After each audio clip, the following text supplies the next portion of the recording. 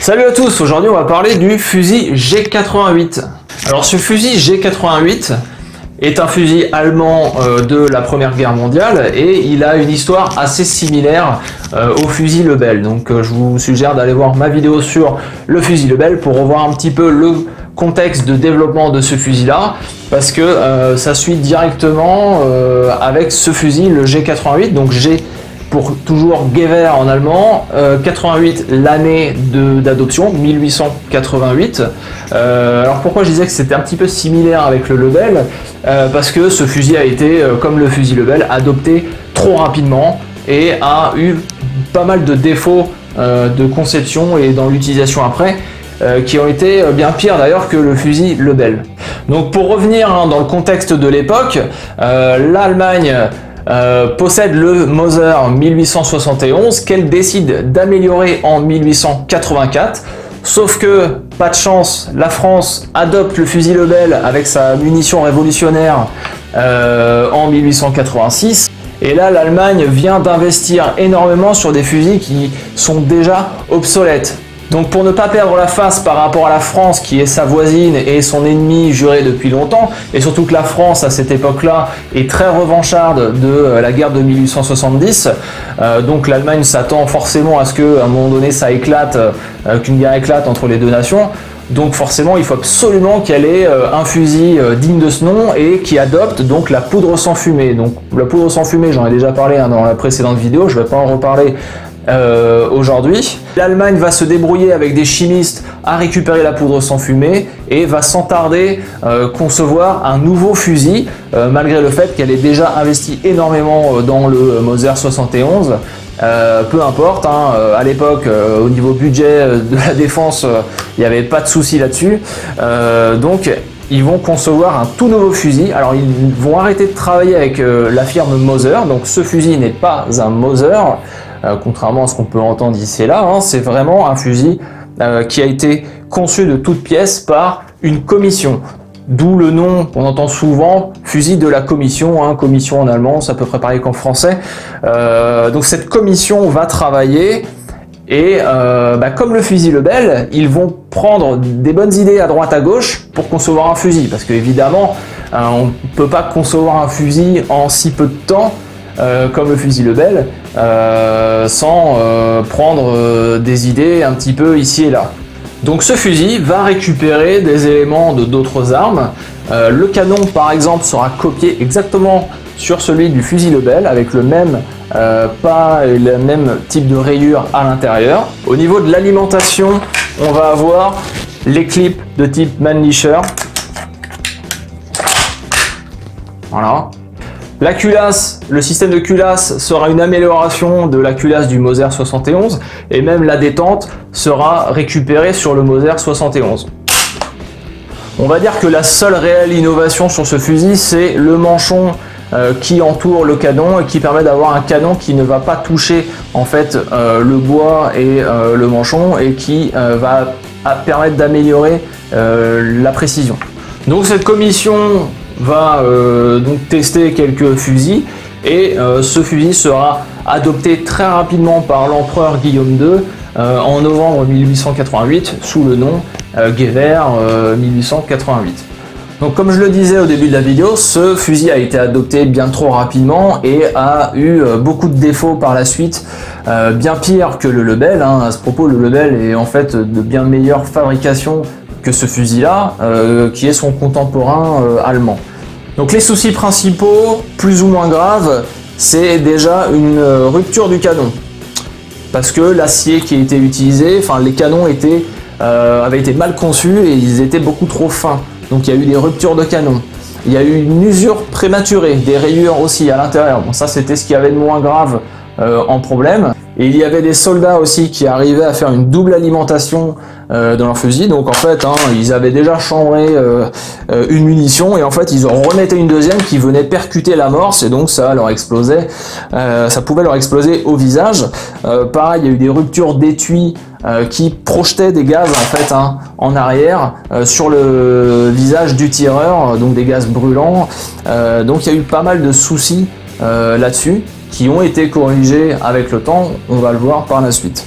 Et avec tous ces problèmes-là cumulés, ainsi que le contexte de l'époque qui était en Europe assez antisémite, la presse nationaliste s'est amusée à dire que ce fusil était le fusil juif, puisque en fait il y avait quelques fabricants, dont la firme Love, qui était un grand industriel allemand, qui était d'origine juive et qui avait saboté intentionnellement les fusils pour que il y ait ces incidents-là et que l'armée allemande n'ait pas un fusil de bonne qualité. Bien entendu, tout ça était infondé puisque cette firme-là avait déjà produit par le passé de nombreuses armes de très bonne qualité. Il n'y avait pas plus d'accidents avec leurs fusils qu'avec les autres. C'est juste que l'arme a été, comme je l'ai déjà dit, adoptée trop rapidement et pas assez testée. Donc face à ces problèmes, ils vont améliorer le fusil au fil des ans. On aura par exemple une nouvelle culasse en 1891. On aura un renforcement du canon qui avait tendance à rompre vers les années 1892-1893. Et vers 1906, on va modifier les fusils pour qu'ils n'acceptent plus les clips Mannlicher, mais qu'ils acceptent les lames chargeurs de type Mauser. Alors il y a quand même une réussite sur ce fusil, c'est par rapport à sa munition, la M88, puisque contrairement aux nombreuses autres munitions de l'époque où on a des cartouches à bourrelet comme typiquement le Lebel, on a une munition assez fine qui sera beaucoup plus adaptée en fait pour tout ce qui est tir à la mitrailleuse et les armes automatiques. Mais encore une fois, la France aura un train d'avance sur l'Allemagne et va développer une nouvelle munition avec une balle pointue. Et donc l'armée allemande va suivre ce chemin-là et va développer une balle pointue qui sera la balle S, très connue aujourd'hui. Alors le G88 va connaître dans l'armée allemande une très longue carrière, même si 10 ans plus tard, le G98 arrive. Néanmoins, il y a un certain temps de remplacement, il faudra attendre le milieu de guerre pour qu'en fait toute l'armée allemande soit vraiment équipée de G98. Lui là, le G88 sera largement utilisé par tout ce qui est réserviste et même au front on retrouvera largement des G88. Il y aura en même temps que l'adoption de ce fusil une version carabine, donc la Car 88, qui ne connaîtra pas un gros développement parce qu'elle sera remplacée par la Car 91 un peu plus tard. La seule différence des deux, c'est qu'il y a un quillon qui a été ajouté en fait au bout pour tenir les armes en faisceau, puisque c'était des armes destinées principalement aux artilleurs, donc ils avaient besoin de poser leurs armes en faisceau pour s'occuper des pièces d'artillerie. Donc on retrouve deux versions du G88, le G88 et le 8805. Donc celui qui accepte les lames chargeurs Mauser. Donc celui-ci est un 88 classique, facilement reconnaissable. Là je vous mets une image du G8805 et maintenant regardez le G88 classique. Vous voyez les différences, ici ça a été modifié, ici aussi ça a été modifié pour le pouce du tireur. Et en dessous, le trou a été bouché par une plaque. Alors le fonctionnement est comme la plupart des fusils à culasse.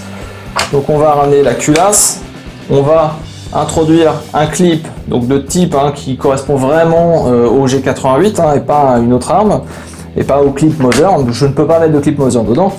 On va introduire, voilà, très facile. Et puis on va ramener la culasse et là on est prêt au tir.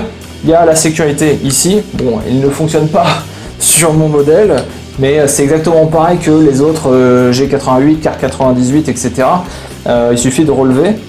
Et donc là, il me reste 4 munitions dans le puits de chargement. Il suffit d'appuyer sur le bouton ici, là, pour faire remonter, pour faire sauter le clip. Alors je vais le maintenir parce qu'il peut sauter assez fort. Voilà. Et on récupère le clip, tout simplement. Ensuite, la culasse va s'enlever très facilement. On a un bouton qui permet d'appuyer et de sortir. Pour la remettre, pas très compliqué non plus. On pousse et c'est terminé. Donc là, on peut voir le marquage Gewehr 88. Ici, sur le tonnerre, le fabricant Spandau, l'année de fabrication 1890. Et le S qui est bien la modification pour l'adoption de la balle S. On peut noter aussi que la plupart de ces armes sont régimentées, là, donc on a le 76e ou 78e régiment, donc R c'est souvent de la réserve, un R comme ceci, 4e bataillon et 45e arme. Alors ce fusil, malgré tous ses défauts, a quand même été exporté dans divers pays comme l'Irlande, la Bulgarie, l'Autriche, la Chine et surtout le gros acheteur, c'était la Turquie. Donc aujourd'hui, il est très difficile de trouver un G88 qui ne soit pas modifié pour la Turquie, c'est-à-dire qu'il y a des poinçons en fait, hein, souvent c'est les croissants qu'on retrouve, poinçonnés un petit peu ici et là, ça devient très compliqué d'en trouver. Donc malheureusement je ne vous montrerai pas de tir avec ce G88 car il n'est pas en état. En fait il a été remonté hein, de toutes pièces, donc non, je ne prendrai pas le risque de tester juste pour faire des vidéos sur YouTube. Voilà, la vidéo touche à sa fin, merci d'avoir regardé la vidéo jusqu'au bout, de me soutenir et puis à la prochaine!